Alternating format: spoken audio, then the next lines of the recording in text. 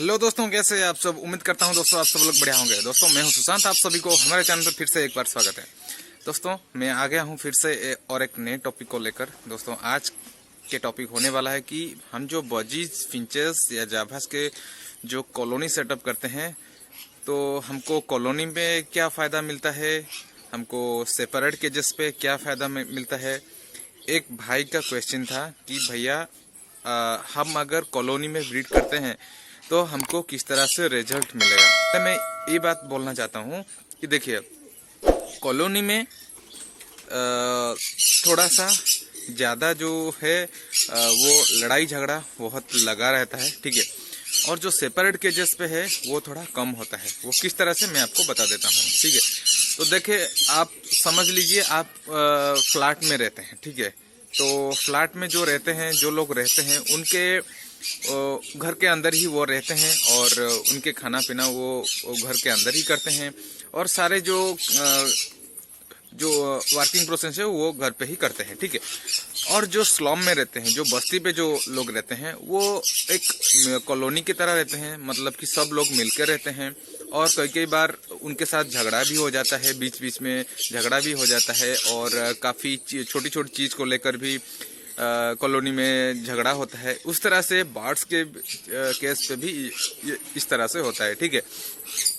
तो दोस्तों मैं कुछ वीडियो बनाया हुआ था कि कॉलोनी आपको किस तरह सेट करना है और आपको जो सेपरेट केजेस है वो उनको आप किस तरह से सेट करना है, ठीक है।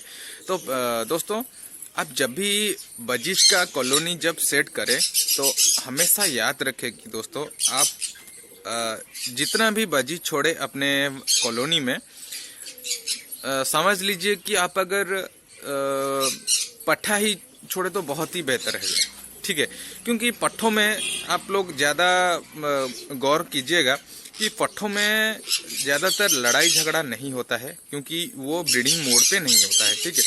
क्योंकि उनको ब्रीडिंग मोड पे आने के लिए उनको तकरीबन लग जाता है 6-7 महीने लग जाता है। तो आप अगर 3-4 महीने की या फिर 2-3 महीने की अगर पट्ठे एक साथ छोड़ते हैं, सब पट्ठे होंगे, मतलब कि आप अगर 20 बजी छोड़ते हैं या फिर 30 बजी छोड़ते हैं या फिर 100 बजी छोड़ते हैं, जितना भी बजी छोड़े दोस्तों, आप अगर पूरा सेम ही एज का पट्ठा छोड़े, ठीक है। क्योंकि पट्ठा छोड़ने से आपका ये फायदा होगा कि दोस्तों वो लोग अपने अंदर सेट हो जाएंगे, ठीक है। क्योंकि वो लोग ब्रीडिंग के मूड पे नहीं होंगे, तो इसलिए उनके अंदर झगड़ा नहीं होगा, मटकियों के लिए झगड़ा नहीं होगा, जो डंडी पे जो बैठते हैं उनके लिए भी झगड़ा नहीं होगा। और जो खाने पीने में भी झगड़ा हो जाता है, कई बार मेल के लिए झगड़ा हो जाता है, फीमेल के लिए झगड़ा हो जाता है। तो इसलिए आप अगर जो भी बजी छोड़े, जो भी बर्ड्स छोड़े कॉलोनी पे, तो पट्ठे ही छोड़े, ठीक है। पट्ठे छोड़ने से आपके झगड़ा भी कम होगा और जितने भी आपके जो बर्ड्स होंगे वो मस्त रहेंगे, अपने अंदर वो एक बॉन्डिंग की तरह कर देंगे।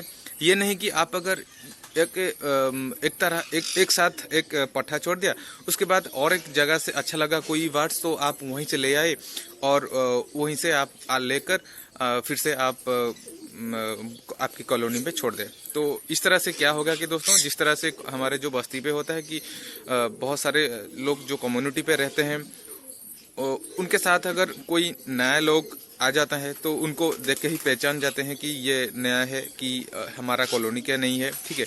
तो इस तरह से बजीज भी जान लेते हैं कि ये हमारा कॉलोनी का नहीं है, ठीक है। तो वो आके कहाँ पे बैठ जाता है, कोई एक डांडी पे बैठ जाता है, कोई एक मटकी पे घुस जाता है। तो इससे क्या होगा कि दोस्तों, जो मटकी, जो डंडी पे जो पहले से जो बजीज, जो बार्ड्स बैठे रहे होंगे, तो वो बर्ड्स अगर वही डंडी पे बैठेगा तो उनके अंदर बहुत ज़्यादा झगड़ा होगा, ठीक है। और बजीज में तो दोस्तों आप मान के चलिए, बजीज मरते दम तक लड़ाई करते हैं, जब तक मर नहीं जाते उस वक्त तक लड़ाई लगा रहता है, ठीक है।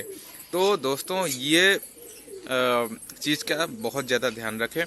और दोस्तों, आप अगर सेपरेट केज में अगर बर्ड्स छोड़ते हैं तो कोई प्रॉब्लम नहीं, आप पेयर छोड़े या फिर आप पट्ठा छोड़े, जो भी छोड़े, आपका कोई प्रॉब्लम नहीं। आप सिर्फ सेपरेट केज में ये डिफरेंस होता है कि आपको सेपरेट केजेस में थोड़ा ज़्यादा टाइम लगता है खाने पीने देने में, और कॉलोनी में क्या होता है कि आपको एक बार ही खाना देना पड़ता है और उनका जो टाइम है, आपका जो टाइम है वो बच जाता है, ठीक है। और दोस्तों अगर हम रिजल्ट की बात करें तो मैं बोलूँगा कि सेपरेट केजेस में आपको ज़्यादा मतलब कि रिजल्ट मिलेगा, और जो कॉलोनी में है उनमें भी आपको ज़्यादा मिलेगा, मतलब कि सेपरेट केजेस में थोड़ा सा कम मिलेगा। अगर कॉलोनी में अगर एक पेयर से आप 2-3 पाते हैं, सेपरेट केजेस में आप 6-7-8 बच्चे इस तरह से पा सकते हैं, ठीक है।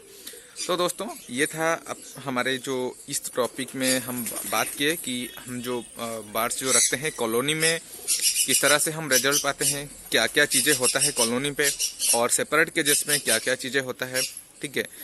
ये चीज़ों का ध्यान रखें दोस्तों, और आप लोग जिस तरह से आप कॉलोनी या फिर सेपरेट केजेस का सेटअप करना चाहते हैं वो जल्दी से कर लें।